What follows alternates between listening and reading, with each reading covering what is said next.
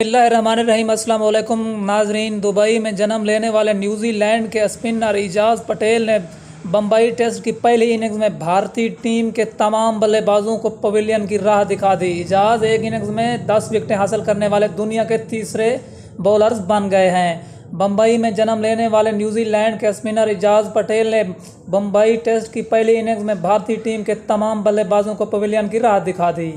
भारत में पैदा होने वाले एजाज पटेल ने एक इनिंग्स में 10 विकेटें हासिल की दुनिया के तीसरे बॉलर बन चुके हैं। भारत और न्यूजीलैंड के दरमियान बम्बई के टेस्ट मैच में उन्होंने 164 रन देकर 10 विकेटें हासिल की।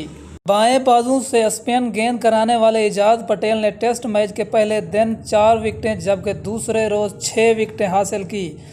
यानी भारत की तमाम टीम को एक खिलाड़ी ने आउट कर दिया।